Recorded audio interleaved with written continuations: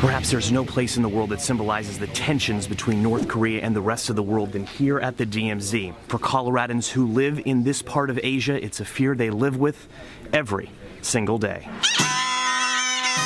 Welcome to South Korea, a country rich in beauty, abundant in history, yet forced to live with military watchtowers because of their neighbors to the north. It's a mask in case of emergency mask. Carrie Veach is a proud Coloradan who still has homes in Denver, but she's also a proud teacher in South Korea. She showed us the gas masks in most subway stations in Seoul, a sign of how tense the relationship with Kim Jong-un in the communist north has been for so many years. Carrie giving us insight that most Koreans actually walk by these gas mask stations without a second thought. It's just life here. There's always an element of fear. Most Koreans stay in South Korea. They live here and don't necessarily leave, so they're kind of used to the tension. But Carrie says something remarkable is happening in Korea, as evident by this march we discovered during our recent visit. Koreans waving their flag and ours, a belief this divided peninsula may soon be united, and this video was shot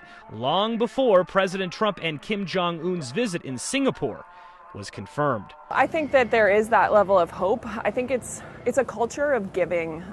What we were presented with in a really cool fashion was the way that Koreans have always come to the rescue of their country. I think sometimes younger generation is a little more optimistic about how things might go. If a unified Korea ever takes place, one of the first things that will open is this train station. They've already built it with signs for Pyongyang. If a unified Korea would ever occur, it would be a diplomatic miracle. But one man who knows a lot about the diplomacy involved between South and North Korea is Denver's own Christopher Hill. Kind of makes me nervous. Hill is not afraid to be honest because he isn't completely sure about the upcoming meeting between the two leaders. His reasoning, well, history. Hill served as a diplomat in the region. He's personally negotiated with the North Koreans and has reason to be skeptical because they previously backed out of his deal. I spent 4 years negotiating with the North Koreans during George W. Bush's time, and essentially we got an agreement from them to denuclearize. Then we were able to get international inspectors in. We were able to shut down the reactor. We were able to, in turn, disable some aspects of the reactor. But we weren't able to get the job done because they would not accept a kind of verification protocol. I think a photo op with the President of the United States is a major victory for the North Korean leadership.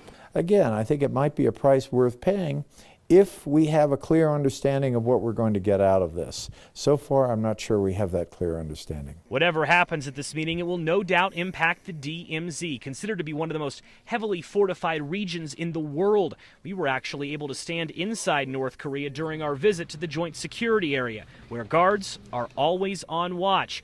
We were curious, could the DMZ soon shut down if this summit goes well? Nothing will change until we see that denuclearization. Senator Cory Gardner tells us no. In fact, he says the U.S. will remain on high alert until inspectors have complete access and complete certainty. The DMZ will remain until we see denuclearization, that we're not going to relieve pressure or sanctions until we achieve this goal. Whatever happens in the coming days, no doubt the people living in Korea will be impacted. Coloradans like Carrie, but she tells us even if complete peace doesn't happen soon, still make an effort to visit here.